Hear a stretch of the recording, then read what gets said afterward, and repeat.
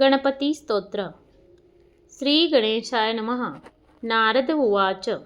प्रणम्य शिरसा देवं गौरीपुत्रं विनायकं भक्तावासं स्मरे नित्यं आयुकामार्थसिद्धये।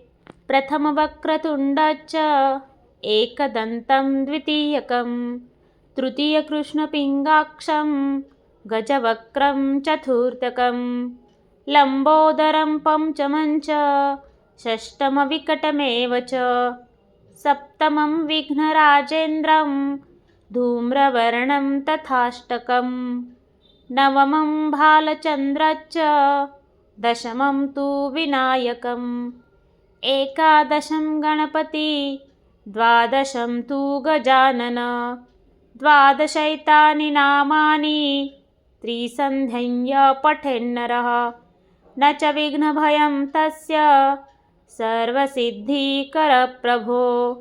विद्यार्थी लभते विद्या धनार्थी लभते धनं पुत्रार्थी लभते पुत्रान् मोक्षार्थी लभते गतिं।